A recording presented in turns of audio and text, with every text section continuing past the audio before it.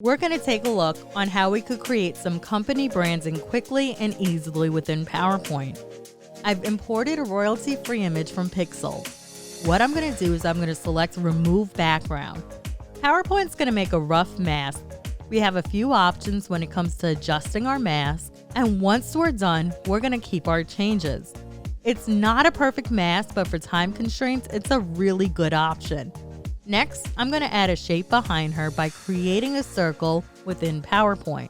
And then I'm going to move it behind her by right-clicking and selecting Reorder Overlapping Objects.